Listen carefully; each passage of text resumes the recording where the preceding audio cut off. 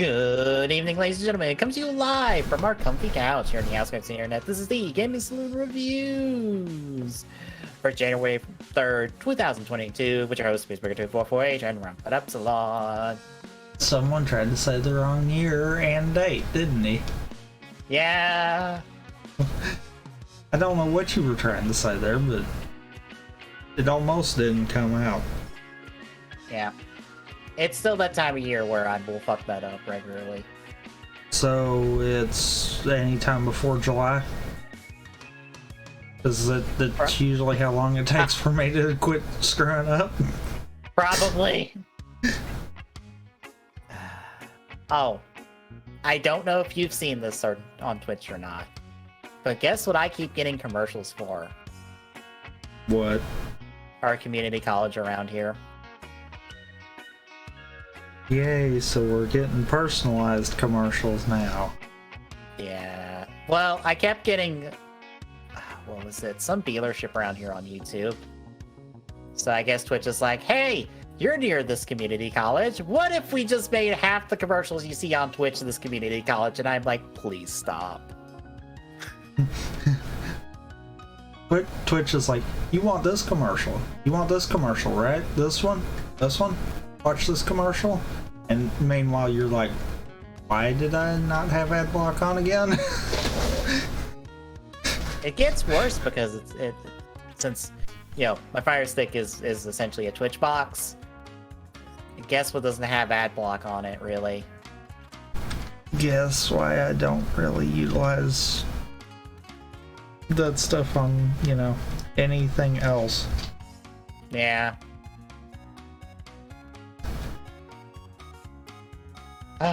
So yeah, folks, it's more Ryuki, yay! Okay, I gotta bring this up before we get into the episodes. Okay. Have you seen on the... I know it got made the rounds on the Tokusatsu Twitter, but I saw it because I had Tokusatsu on this morning when I got up, because they were doing Gridman episodes, and I was like, I'll throw this in the background. They did a commercial for Ryuki's release. And there's a thing on there that I'm like, that's a bit misrepresentative, kind of. I don't know if I like you saying that. What? So, they say that Ryuki is from the writer of Attack on Titan and JoJo's Bizarre Adventure. Which is partially accurate. Because, yes, Yasuko Kobayashi did write the anime adaptations of Attack on Titan and JoJo's Bizarre Adventure. She did not write the original manga that those animes are based off of, which feels kind of misleading. Fair. Kind of like it's one thing to write something wholly original. It's another to write the adaptation of said thing. If you're going to say that, you know, you're going to pump this up by going, hey, folks, you like Yasuko Kobayashi, right? Here's the thing she does. I would hope you picked something that she did that isn't an adaptation, which I'm sure is hard when it comes to Japanese media because half of anime adaptations are based on a manga or a light novel or a thing. But yeah, I don't know. My thing would be, though, you would have to look at how much it's based off. As far as I know, both of those adaptations are very faithful, especially the JoJo one. Like, the JoJo one is incredibly faithful to the manga. I don't know super well on Attack on Titan, but I believe it stays fairly close to the manga, so...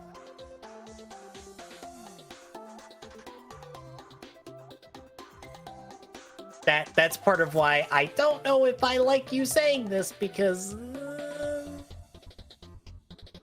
there's not a whole lot of original content in those that Kobayashi has had her hands on. Yeah. If there's not a lot, then yeah. It's one of those where it's loosely based and there's a good little chunk of original, then yeah, I guess I could see working that in, but yeah. Mm-hmm. I don't know. It feels weird because I'm like, you're bumping up her writing, and it's like, yeah, she did work to adapt these, but this is not her best flex in terms of her writing capabilities because she had a lot of stuff to work with to start with. Granted, I don't know what you would credit her with that would be popular enough for people to recognize.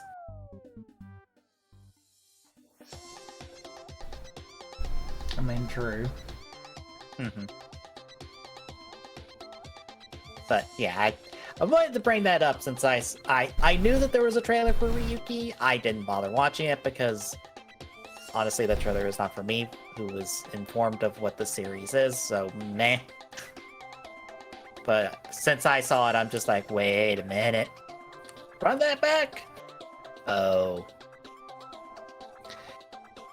So yeah, it is 21 through 24 this week on Ryuki. How we feeling? Yeah. It feels weird to say this, but I think the show has taken a turn. It has turned a right corner. It is not much of a right corner, but it has turned, I feel like, in a direction.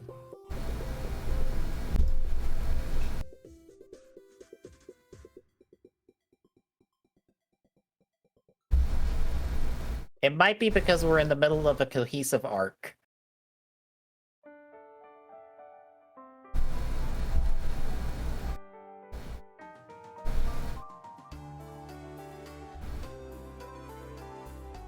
No thoughts on that one? No, not really. Okay. It's one of those. I'm kind of just at a meh point with the show. Yeah. And it's not yet done anything to turn that, and I'm like, huh. So this is just gonna be meh, huh? Yeah. Like, I feel like the show is trying now, but my ability to care is kind of at an all-time low because we are 20 episodes in the series, and now you're trying to do stuff. Where was this 20 episodes ago? Or even 10. Yeah. We have long since passed the threshold. This is making up for lost time, and it is very clearly showing.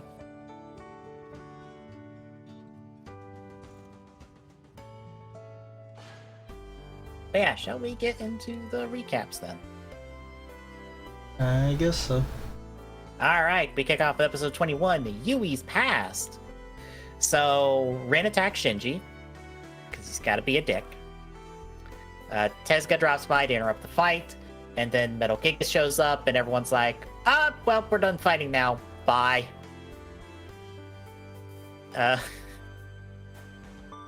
Once they have all left, Asakura tries to leave, and Tezuka asks him about a Yuichi Saito person, which he doesn't know, but Tezuka clearly does. He also warns him about Metal Gigas, which... fucking duh. That we got that part. I'm pretty sure he gets that part.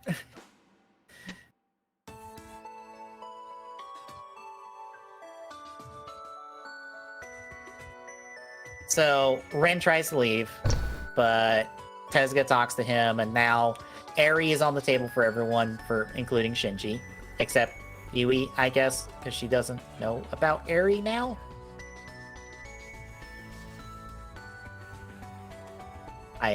Probably.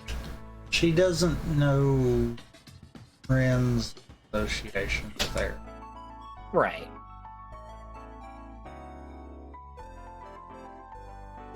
So, Shinji knows about that now.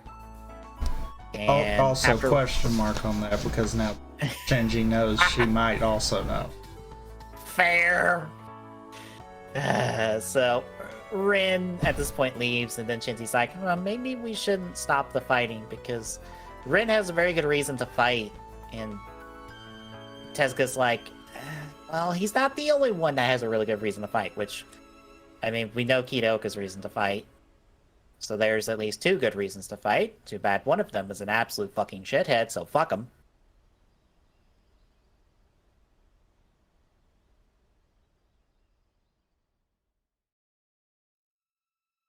Asuka and Rin talk about Shinji for a bit. We cut over to Adley. Yui asks her aunt about the house, and she is clearly fucking spooked about it. And instead of talking about it, she just clams up and is like, nope, I'm out. So, fantastic. Someone who knows information, but will not divulge it. I mean, yes, that's a down point. But there is a positive. Is it that the aunt won't be in the show as much? No. Well, maybe, but it's that she is quit trying to cram the catchphrase for right now. Fuck, you're right. I didn't even notice. Hell yeah. Yes, can we keep talking about the house? Please, I don't need to know about how your intuition is fucking garbage. Stop it. But Tezuka now shows up and he offers to help find it. Then we're over to the Ori crew, pondering Asuka's whereabouts. And Shinji's contemplating the fight he's involved in. So there's a lot of that going on these couple episodes.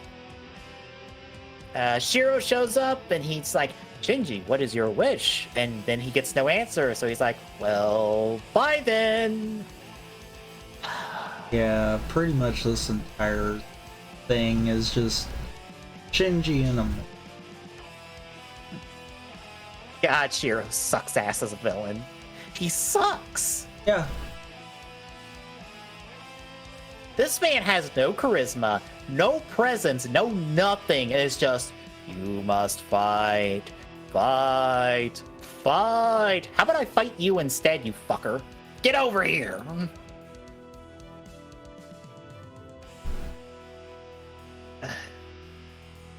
So we follow Tezuka and Yuki. They figure out the house is next to a train line that's partially underground, so they go to where it comes above ground. They can find the house because it's in one of the windows.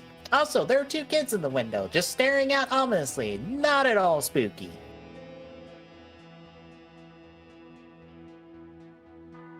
Reiko's out looking for Asakura. She spots him in a mirror. As Shinji gets a pep talk, which I do like the line of, there is one truth but many rights. It's like, yeah, that's fair. At this point, Asakura finds his hideout as Shinji continues to be in a mood. Tezuka and Yui continue their search. We do a lot of bouncing back and forth at the end of this episode. Ugh. At this point, Ren realizes, oh, Asakura's off his fucking rocker. You fucking think. You know, the thing that everyone, literally everyone. Attaboy, Ren. But Shinji arrives and he's like, I want to fight Ren because... why does he want to fight him? Because I'm not sure how to put this into words.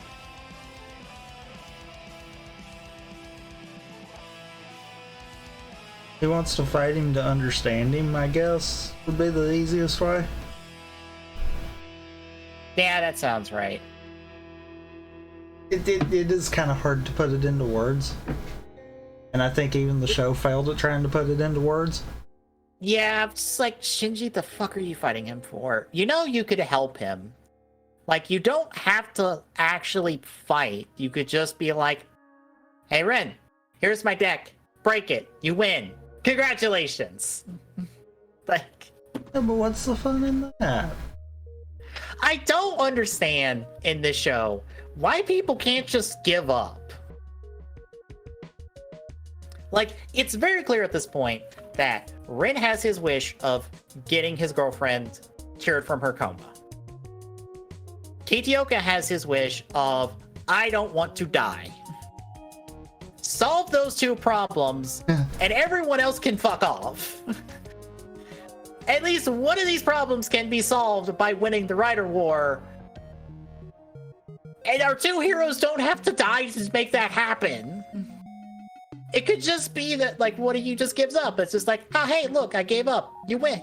See, he won. Because he has my deck now. I can't fight him. Therefore, he wins. Like, what? Like, I know Shiro will fucking rig this shit to fucking oblivion as we get to later, but fucking hell. You know what's funny, though?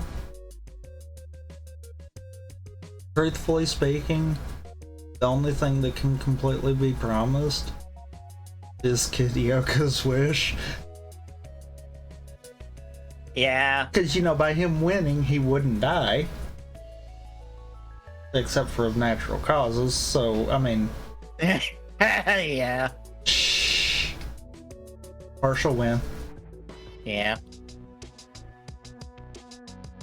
But, back in the episode, before Shinji and Ren can fight, Asuka is like, no, fight me! So he clocks Shinji in the arm, and then the two of them fight, and Shinji's at a disadvantage because, oh no, my arm got clocked by this very thin-looking metal pipe. But as that's happening, we check in with Yui and Tezuka. They find the house. Yui hears the ringing. And she's also very scared to go in the house because the house was on fire? Question mark? We don't really get into what the fuck happened at this house at all. Yeah, no.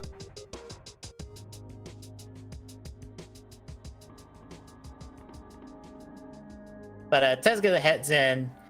He finds a bunch of mirrors and windows covered, except for one room where is that later? Is that technically the next episode? I think that's technically the next episode. Possibly. Yeah. I don't remember.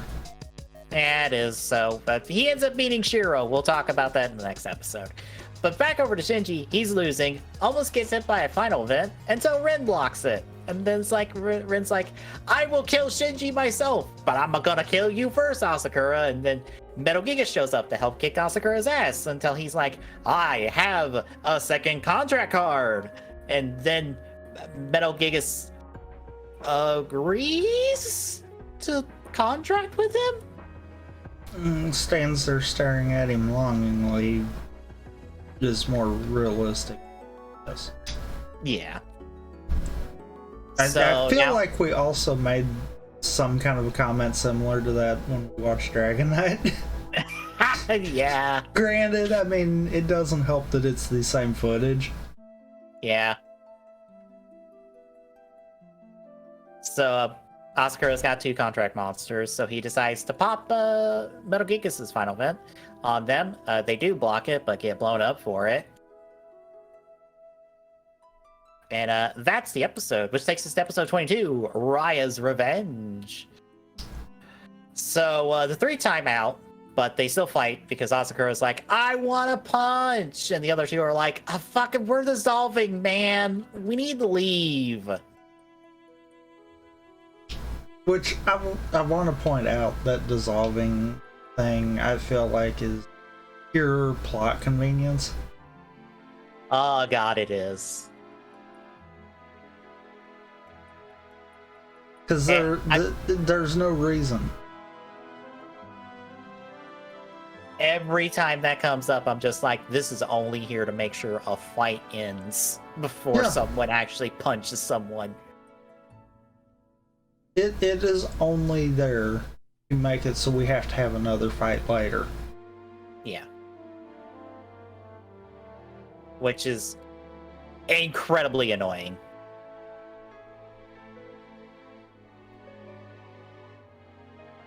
I think this is one of those shows that... This is the reason we have monsters to punch every week, because if we didn't, we would have fights end randomly because we can't progress them because we're not at a proper episode count for these fights to end.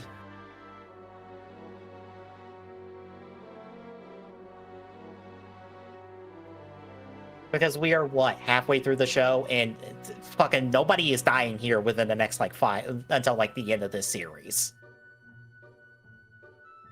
Well, one person here is dying before the end of these 4 episodes, but that's beside the point. Yeah. Of our other writers, nobody here is dying until this show's over. So, every fight they're in is just going to be like, all right, how long until we just leave? Because nothing is gained in these fights except the fight scene quota. Because I swear this show has a fight scene quota. Probably. That it needs to make. Well, you gotta have the suits on screen for so many minutes. Fair. Otherwise, the toys don't sell. We catch up with Tezuka. He tries to get answers out of Shiro and fails because Shiro's like, you must fight. And here's a fancy card so you can fight better. Okay. So he gets the Survive Shippuden card, which, as a clarification on lore, since we are coming from Dragonite, there are only 3 Survive cards, and they're universal. There is Survive Shippuden, which is the card we get right now. There is Survive Rekka, which we will get to later. And then there is Survive, I forget the fucking name of because it's never used ever. Survive, who gives a shit? It doesn't matter. But there's 13 of them. No, there's only the 3. I had to say that just because that's how they played it in. Yeah. While that would be cool, yeah, no, we don't need it. Mm-hmm. I believe some expanded lore somewhere has shown Raya's survive mode with this Shippuden card. I don't have it on hand, but that is a thing that exists.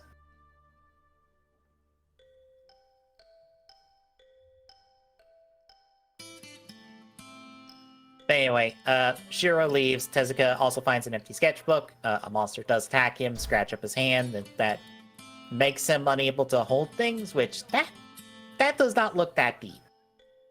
That's a paper cut. I mean,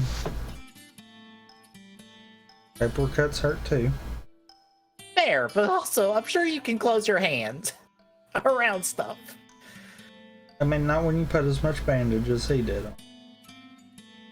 Well, true. But we follow up our 3 riders. They make it out of the mirror world, and Asakura passes out as the 2 run for it. The 2 also decide, let's put a handle on Asakura first, since if we call in the cops, they'll probably get eaten. So we need to handle this. Care to guess how long it takes for them to handle this?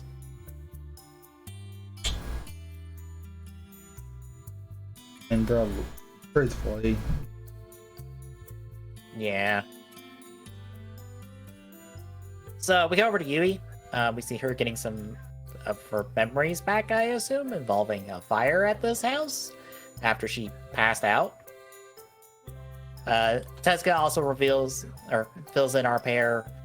And he also tells us that the picture has to be a recent picture because the train in it, its striping is a new thing, not an old thing. So while these kids should be Shiro and Yui, they can't be because that doesn't make sense. Oh, we'll get there. I know where this goes. Oh boy. Oh boy.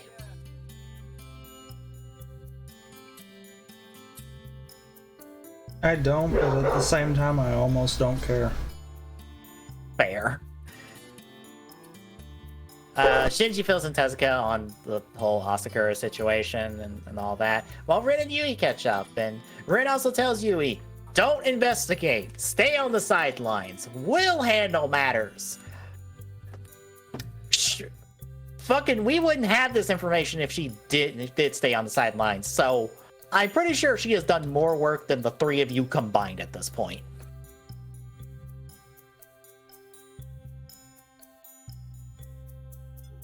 I mean, not wrong. Mm-hmm.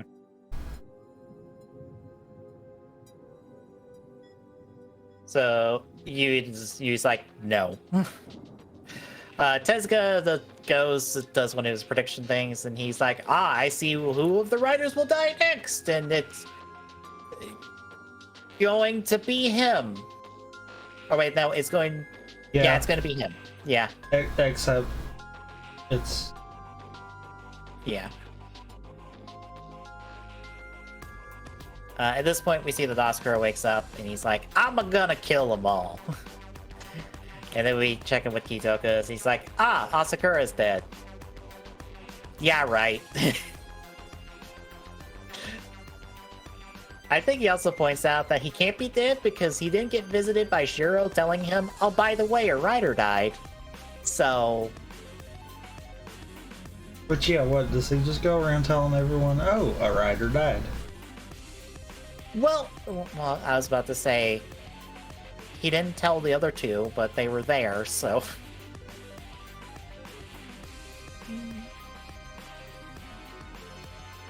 I guess Kitoka is the only one that needs to know, because he's the only one active at the moment who doesn't get involved in the deaths of other riders. Currently. Mm-hmm.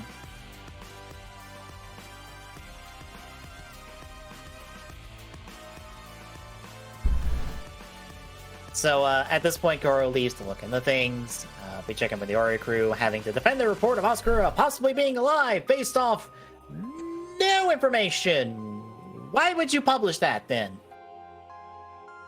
I mean, you gotta get them clicks. Them clickbaity clicks.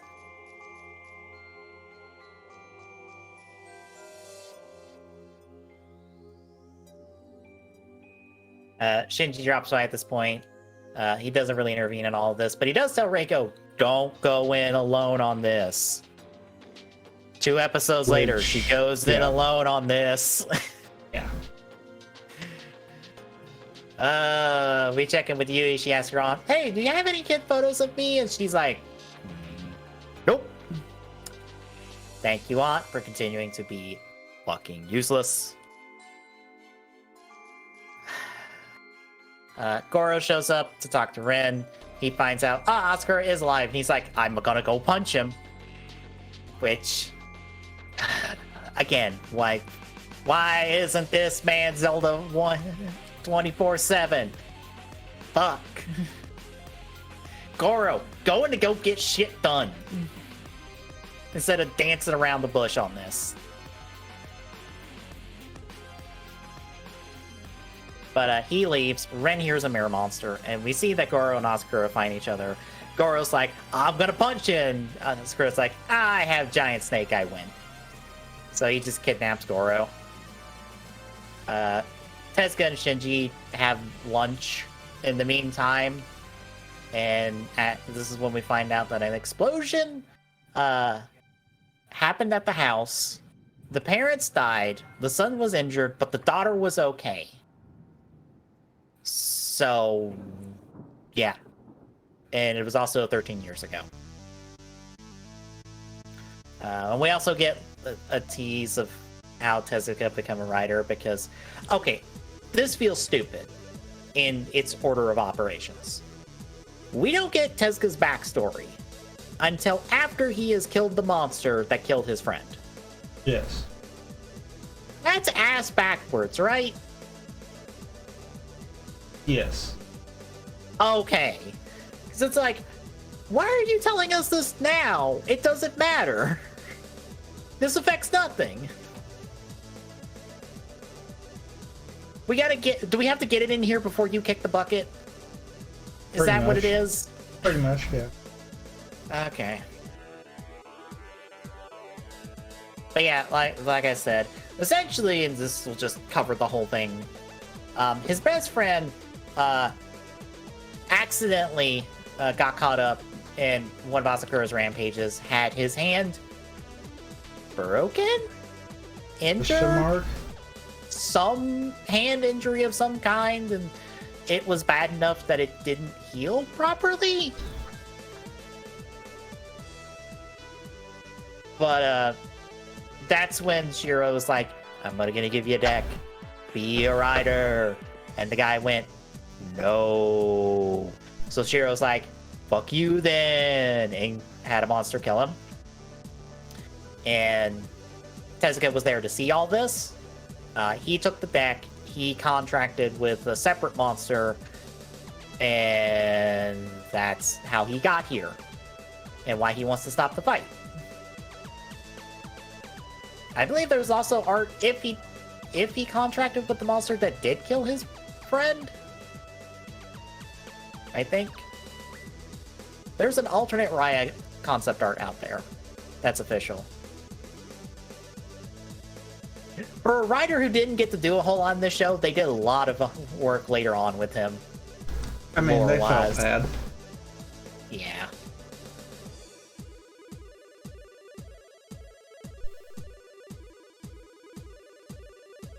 Anywho, we see that Asakura calls Goro, being like, I got your... Or calls Kitaoka going, I got your friend held hostage. Bring me all the riders so I can punch. And Kitaoka's like, fucking, I ain't doing this shit. Save my friend who saves my ass all the time? No, that's not how this relationship works.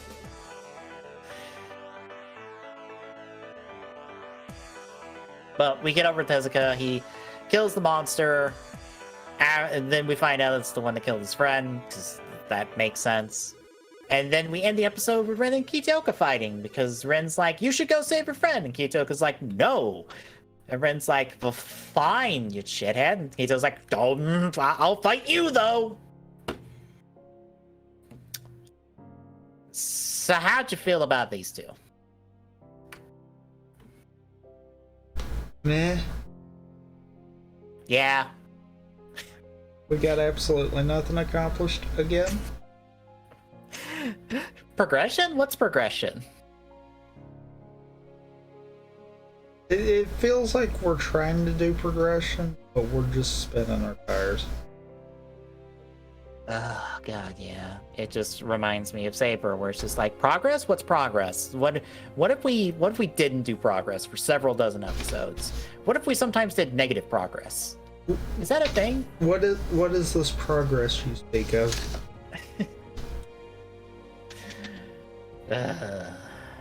Yeah. So, we'll keep rolling into episode 23, Changing Destiny. So we catch up with Tezuka afterwards. He does the whole backstory spiel. Meanwhile, Ren and Kitaoka are just fighting. Meanwhile, Asakura gets impatient. Goro just taunts him because he has no fucks to give for this man who will murder him, because this man has murdered.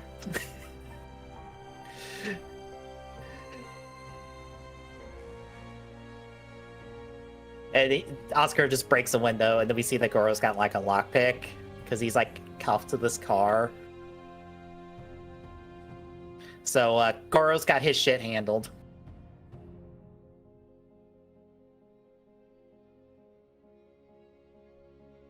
After all the backstory stuff, Shinji's like, I don't know if stopping the fight is a good idea right now, because it's you know, even after hearing Tezuka's stuff. And then we have Ren and Kitaoka finish up their fight before they part ways. At this point, Kitaoka actually grows a spine, and then he starts to go to get Goro, except the Goro is right there at the door with groceries, like, hey, I'm back. Because not only did he get out of his handcuffs, he just walked home from wherever the fuck Asakura had him on the side of the road, without him noticing. How? I mean, to be fair, he was probably beating his head against a wall. I mean, true. He does do that a lot. Yes. I guess he just waited till Asakura knocked himself out and was like, well, just undo this, and I'm leaving. I ain't dealing with this shit today. I'm hungry. I'm going to pick up groceries. So, yeah. Goro, once more, probably the most competent character in this show.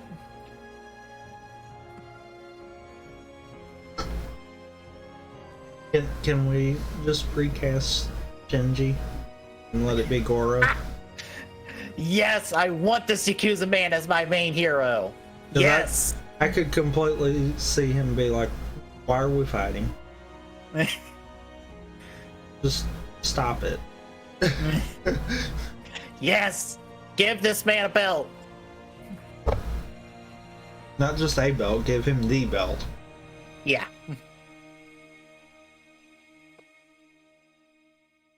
So, this point we're at night. Tezuka's leaving Adley after crashing there for a while because I guess he has nowhere else to crash?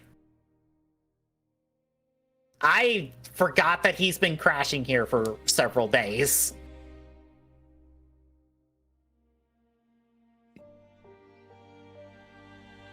But this is when Rin shows up and Tezuka's like, I'm not going to use this card. Hey Rin, here's your upgrade. Because this card fits you better than me since it is wind themed and I am a water themed rider. You're the wind themed rider. A bit on the nose on that one.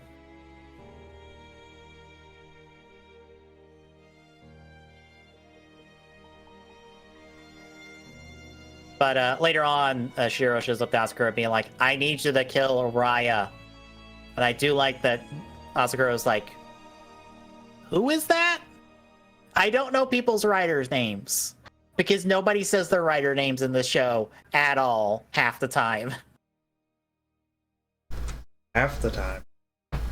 I am pretty sure no one has called Asakura by his writer name in this show so far, or will in this show. I don't think any of the writers have went by their writer. Right. Like, that's what's really the screwed up part of it.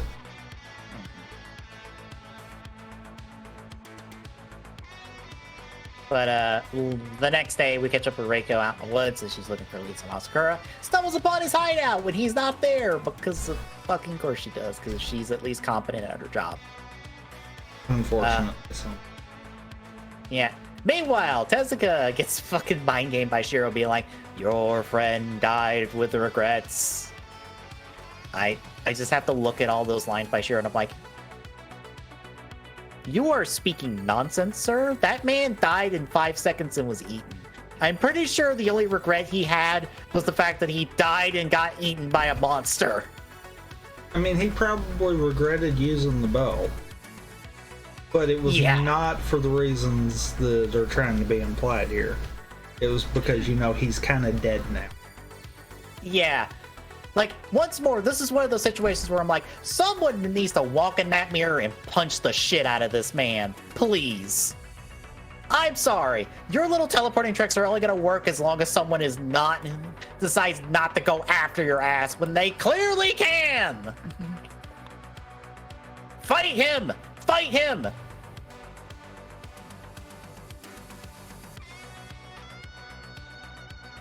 But Oscar shows up and is like, fight me! And Tezuka's like, sure! But then we go over to Yui and she sees something and is mesmerized by... I don't know what the fuck the point of this scene is. Yep. But then we see Oscar and Tezuka fight. Tezuka's losing bad. Shinji eventually intervenes, tries to make the save, but gets the shit kicked out of him as well. And Oscar gives him the choice of choose the final event to die by. Then he's like, and Shinji's like, I don't care. And Oscar's like, fine, I'll do my regular one. But Tezuka pushes him out of the way and takes it. And yeah. If you've seen Dragonite, you know where this goes. Yeah. But at this point, Rin shows up and... oh god, this is so bad. Why? Because on one hand, we've got Tezuka slowly dying as he tries to like impart some final words and then points at a reflective pole that Yui is reflected in as she is standing on the other side of Shinji and is like, that's saying, but doesn't say anything. So I'm like, okay, what are you implying? Because I don't understand. I legitimately do not compute. Help. He's implying thing. I guess. But yeah, he dies in Shinji's arms. But on the other side, we have Rin slowly transforming into Survive form. And once he does, his fucking capes. His little split cape being held up by wires, trying to look like it's blowing in the wind, and it looks like fucking garbage. It looks so bad. Who thought that looked like a good thing? Who thought that? I need to know. Because no, it doesn't at all. Yeah.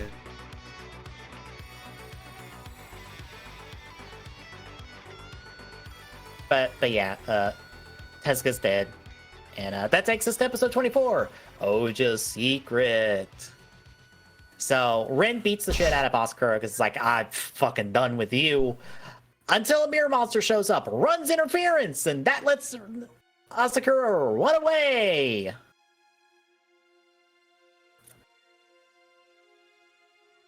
This is some bad pro wrestling writing to its finest here, where you have the big match end in interference. Why? Like, because if they use fizzle out every time, then it's gonna get old. True.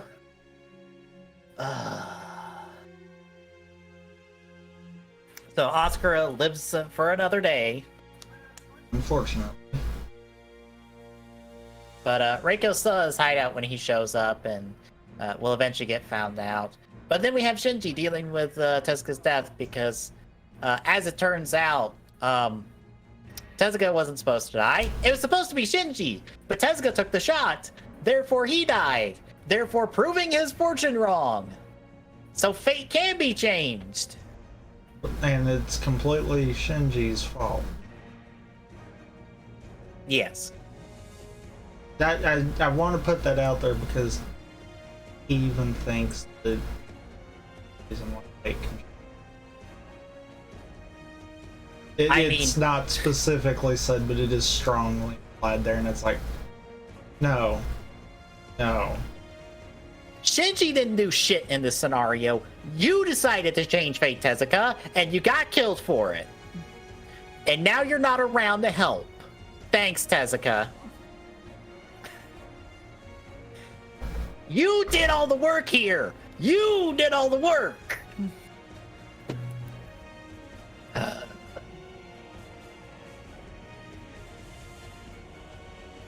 But yeah, Yui also rightfully points out that it's her brother's fault because he started all of this.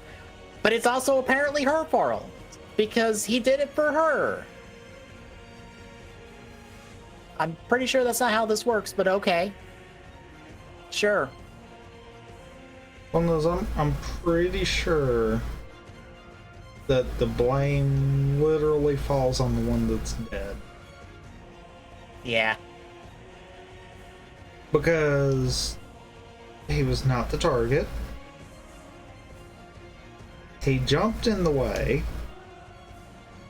And he died because of it. Yeah. Yeah, I don't think anyone else really pulled the strings there. Yeah, it's as Ren points out. He made a choice and he died for it. That is the short and long of this conversation. It's bad, but honestly, even Shinji should be able to see that, seeing as how he wasn't the original intended person to be a writer. Yeah. Everything has been his decision. Mm-hmm. Everything has been his decision. Yeah. It's like, no one's to blame here.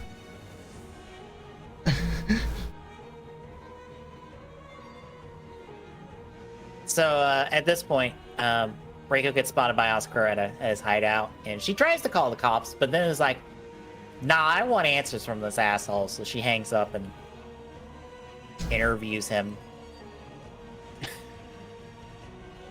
But even Asakura even agrees to talk, and then we cut to Rin at a river, at the side of a river, contemplating his survive card, which is different than the preview, because in the preview it shows him burning the Evil Diver contract card. Yeah. I don't know why they switched that. I also don't know why Rin would be burning Evil Diver's card. Like, wouldn't you want to just keep that on you so Evil Diver can help you? And also not get stolen? Like Metal Gigas did?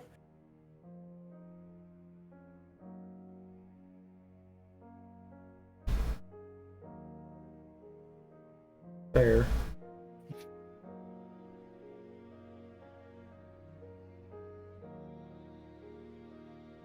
But Reiko tries to call, checks in with Ore, and updates them on where she's at. Tries to call Shinji, but he's like, I ain't taking a work call today.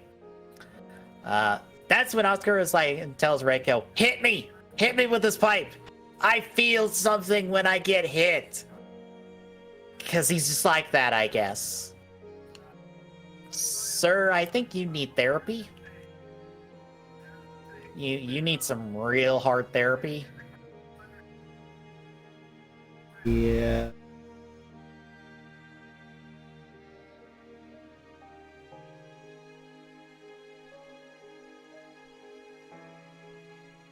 But she tries to interview Oscar to get a reason, and all she gets out of him is his thoughts on dirt and how it tastes. And how it's still on. Yes. Meanwhile, Yui heads back to the house because fuck this shit, somebody's gotta get this plot going. Somebody's gotta do something this episode to move the plot forward. And it might as well be her, since she is literally the only person that knows anything about the plot now. Yeah.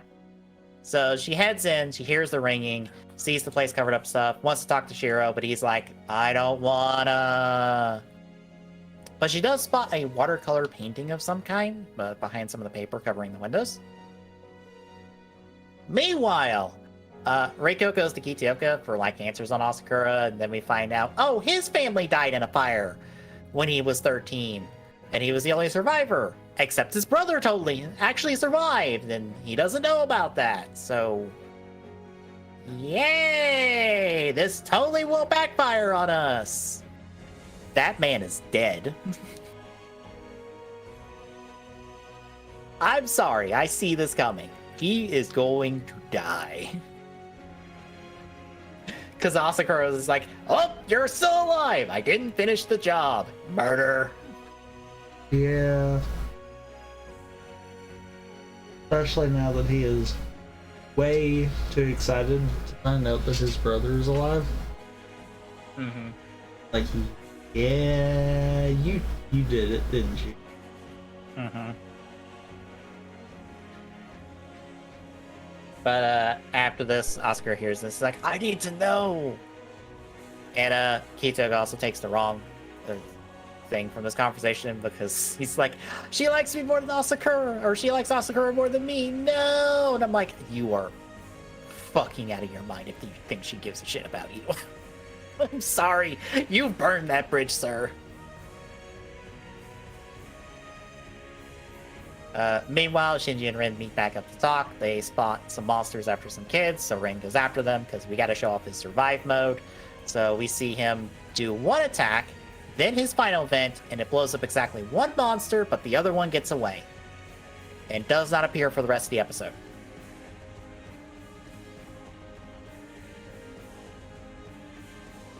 Well, but they talk after the fight. And Shinji has decided, I want to change the people that are the riders so they don't have a reason to fight. Therefore, the fight will stop. All right, so how are you going to cure Kitoka's plot disease? and Shiro Ren's girlfriend then. Because, I'm pretty sure you're not fixing Asakura in any way. The only thing that's going to fix him is a final vent to the face.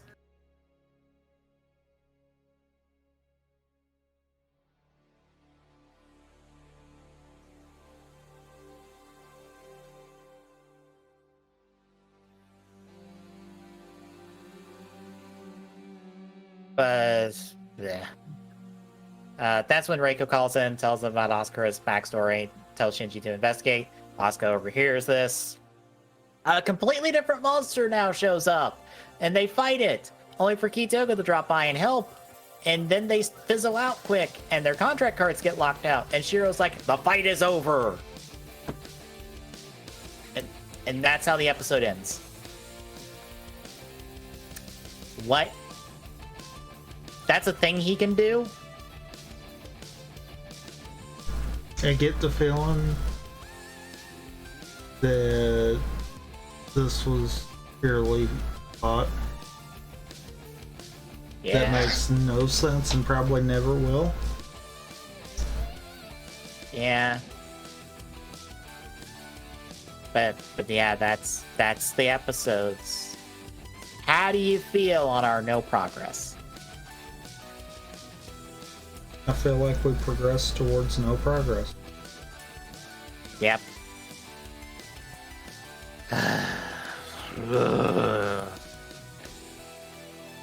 More and more, I realized I'm going to have that hot take of Dragonite is a better show than Ryuki. And nothing will stop it. Nothing this show can do will change that. We are at the halfway point of this show.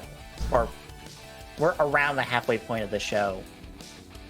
I don't think the show can come back from this. Probably not.